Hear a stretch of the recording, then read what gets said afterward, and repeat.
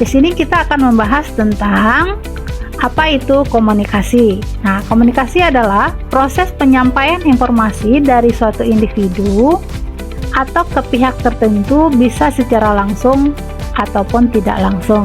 Nah, jadi komunikasi itu adalah proses penyampaian informasi kepada suatu pihak atau melalui dari individu, itu baik secara langsung ataupun tidak langsung.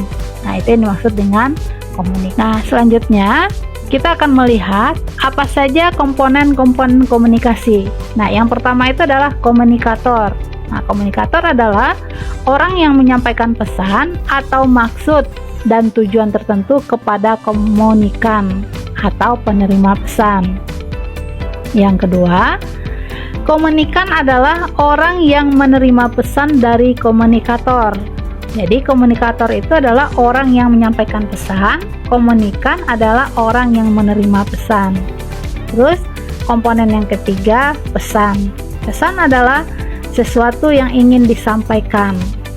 Nah, yang keempat, media. Media adalah alat penghubung atau sarana dalam penyampaian pesan. Nah, selanjutnya adalah feedback, adalah umpan balik atau respon dari komunikan. Nah, yang terakhir adalah efek.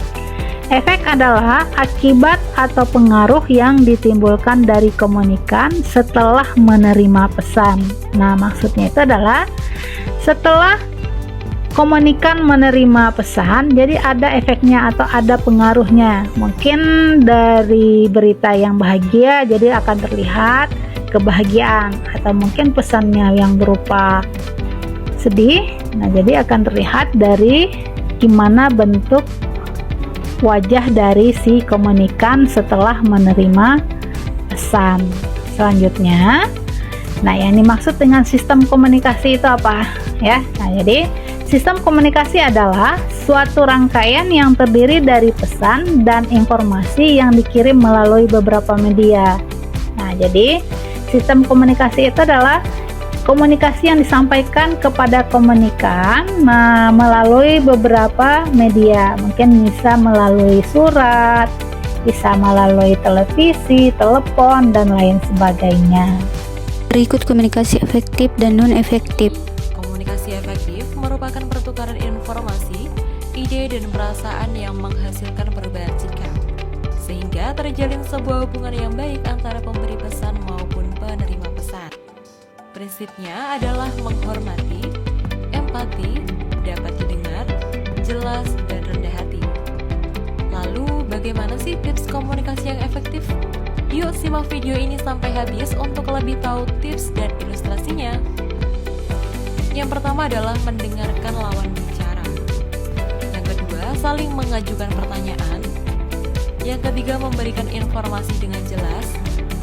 Keempat, mengkombinasikan komunikasi verbal dan non-verbal.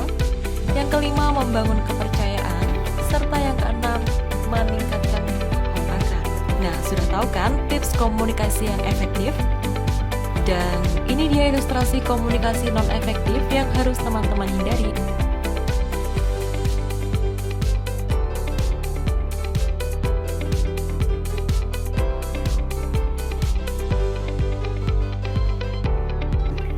Nah, selanjutnya kita lihat apa tujuan komunikasi. Yang pertama adalah memastikan informasi atau pesan dari komunikator dapat dimengerti oleh orang lain atau komunikan. Jadi, maksudnya adalah informasi atau pesan yang kita sampaikan itu bisa dimengerti oleh orang lain.